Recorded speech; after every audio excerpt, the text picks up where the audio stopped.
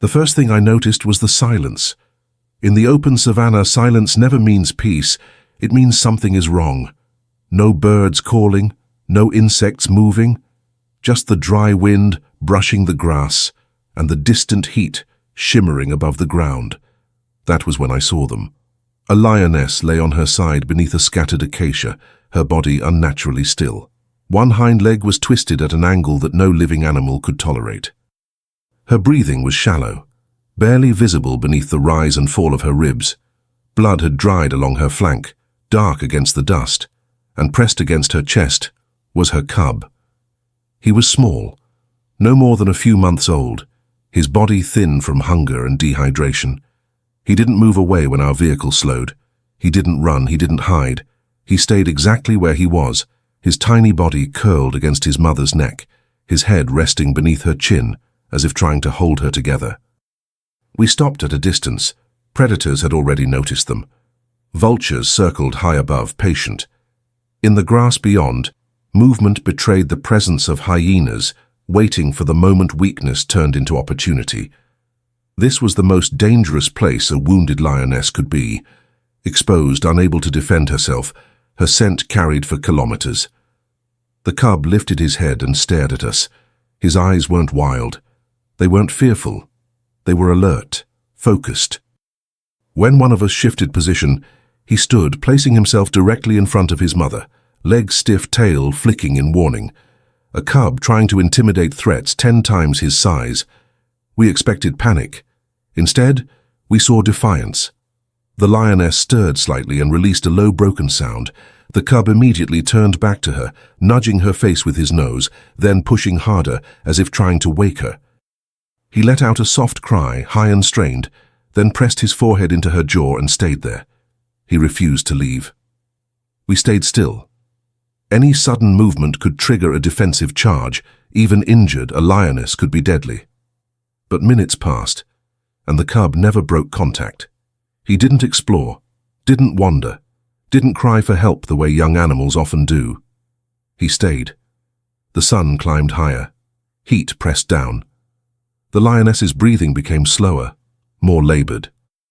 The cub shifted his body to shade her face, placing himself between her and the harsh light.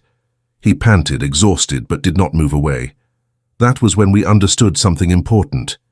He wasn't waiting for her to get up. He knew she couldn't. A radio crackled softly. We had to make a decision. Every minute increased the risk. Predators, heat, shock. But approaching too fast could force the cub to run, leaving his mother defenseless. We stepped out of the vehicle.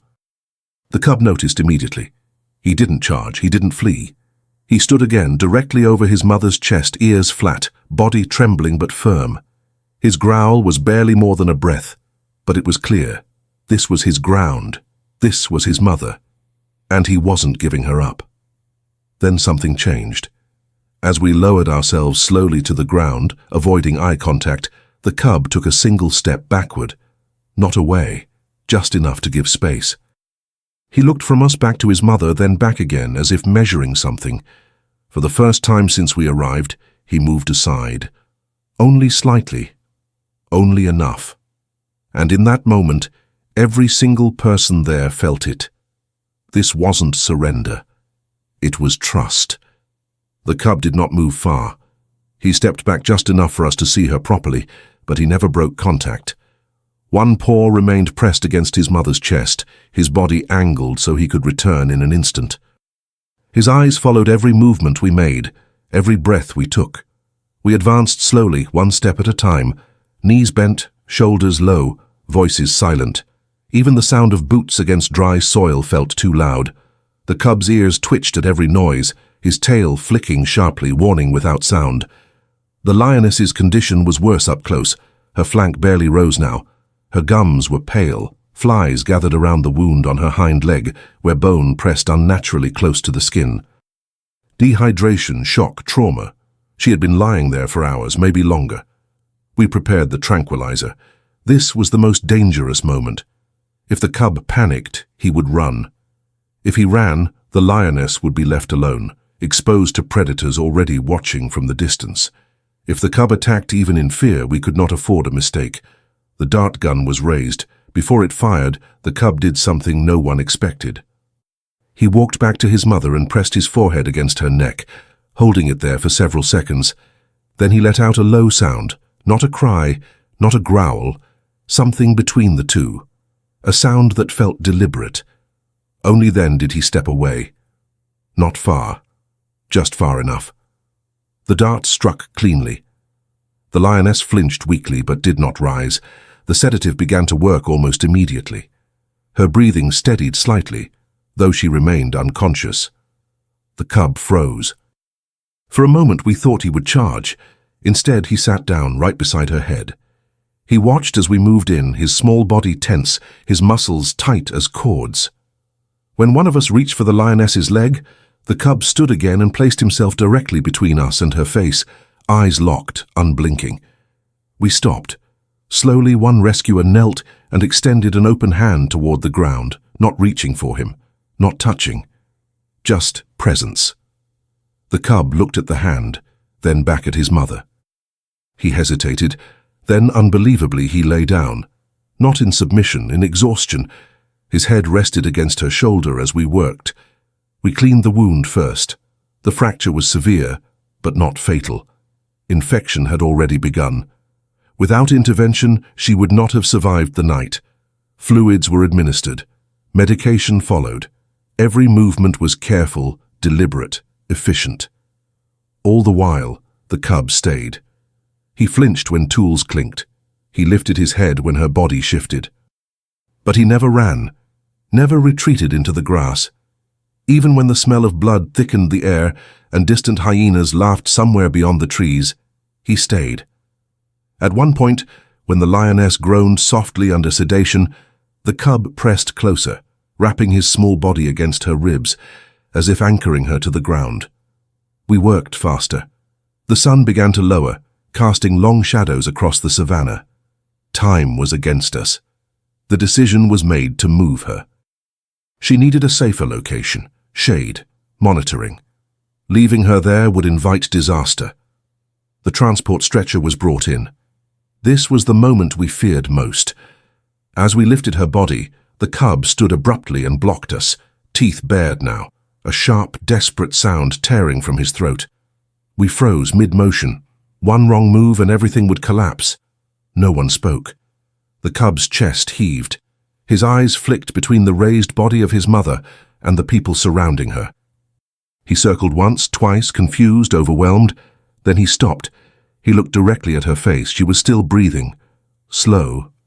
Steady. The cub released a breath of his own and stepped aside. Just enough. We lifted her fully and placed her onto the stretcher. The cub followed immediately, walking beside her as she was carried, never more than a step away. When the stretcher paused, he paused. When it moved, he moved. He was escorting her, protecting her, guiding us through his trust. And as we began the slow journey toward the vehicle, with darkness creeping in and predators closing their distance, one thought was impossible to ignore. This cub understood exactly what was happening, and he was choosing to believe in us. The journey back was slow, deliberate, and tense. The stretcher moved inch by inch through the tall grass, every step calculated. Two of us carried the lioness, another walked ahead scanning the terrain, and one stayed slightly behind. The cub remained beside her the entire time. He never tried to climb onto the stretcher, but he never let it get ahead of him either. When the grass brushed against his legs, he flinched. When a distant sound echoed, his ears snapped upright. The savannah was changing. The light softened as the sun dipped lower, and with it came movement. Shapes shifted in the grass. Birds took flight suddenly. Somewhere to the east, a hyena laughed, short, sharp, unmistakable. The cub heard it too. He froze for half a second, pressed closer to the stretcher, then continued walking. We reached the vehicle just as the sky began to darken. The cub stopped. The metal frame, the unfamiliar smell, the height. It was all wrong to him. He circled the vehicle once, tense again, eyes darting, trying to understand why his mother was being lifted off the ground. When we raised the stretcher to load her, he stepped directly in front of us, blocking the ramp. This time, he did growl. not loud, not wild, but firm. We froze again. Backing away was not an option. Leaving her exposed any longer would undo everything we had just done. But forcing the cub away could cause panic, and panic would turn into disaster within seconds. We lowered the stretcher back to the ground. The cub immediately moved to his mother's head and pressed his face into her mane, breathing hard. He nudged her again, just like before, then looked back at us. His eyes were wide, filled with conflict, fear, and something that looked like pleading. One of us slowly sat down on the ground several meters away. Another followed, then another.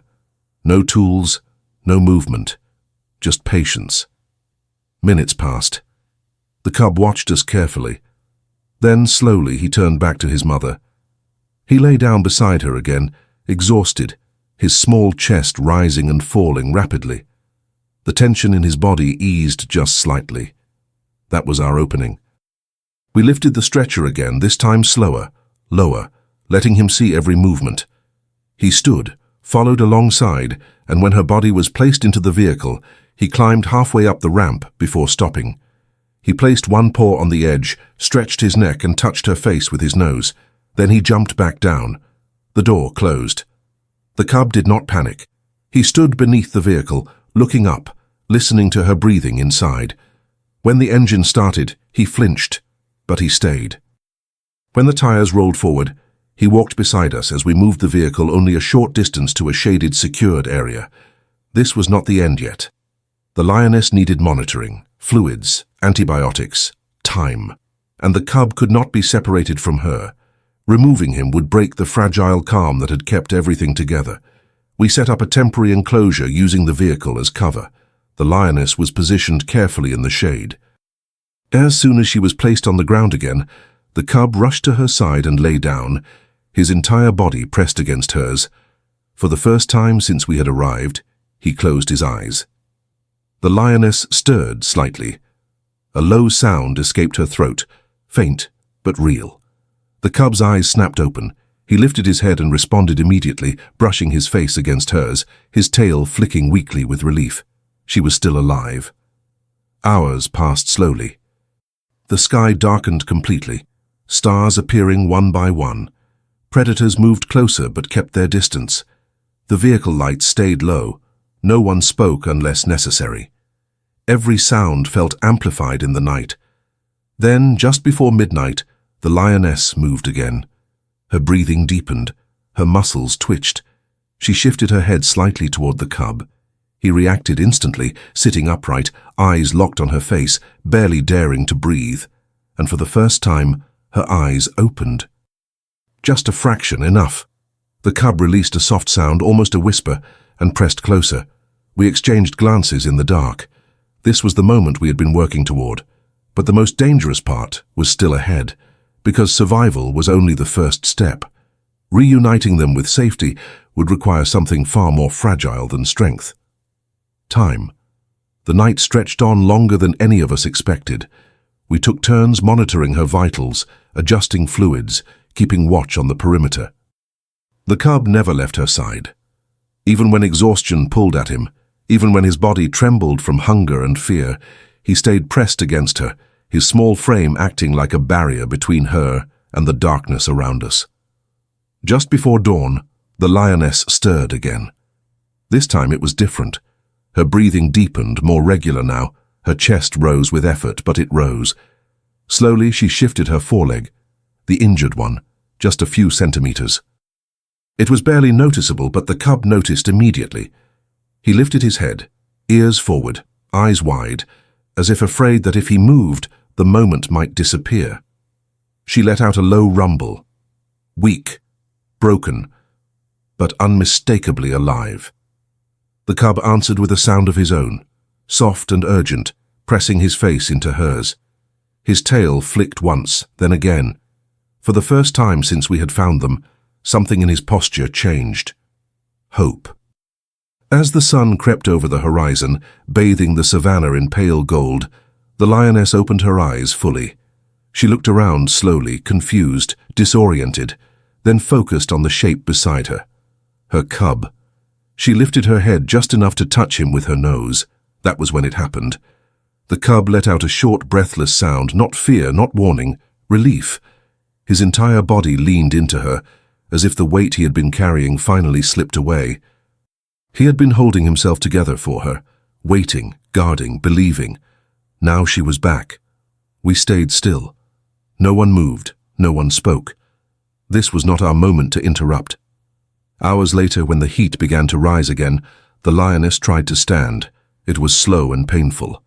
Her leg trembled violently as she shifted her weight, but the cub stayed close, pressing against her side, lending balance in the only way he could. She collapsed once, then again.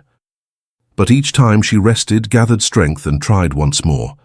On the third attempt she stood, unsteady, weak, but standing. The cub stepped back just enough to look at her, then circled her excitedly, brushing against her legs, his movements clumsy but full of life. She lowered her head and licked his face, a simple gesture that carried more meaning than any words ever could. We knew then. They would survive. Over the next days we returned regularly, keeping our distance, providing support only when necessary. The lioness grew stronger. The infection retreated. Her leg began to bear weight again. The cub followed her everywhere now, no longer guarding a still body, but walking proudly beside her. One morning we arrived and found the area empty. No tracks of struggle, no signs of predators. Just two sets of paw prints leading away together, disappearing into the tall grass. Mother and cub, safe. Weeks later, one of the rangers spotted them again from a distance. The lioness moved with confidence. The cub ran ahead, stopping occasionally to look back, waiting for her to catch up. He no longer needed to stand between her and the world, but he never left her side. What stayed with us wasn't just that they survived. It was the choice the cub made when everything told him to run. He stayed. He trusted. And in doing so, he gave his mother the one thing she needed most to survive: time. Some bonds are stronger than fear, stronger than instinct. And sometimes, even in the wild, love is the bravest thing an animal can choose.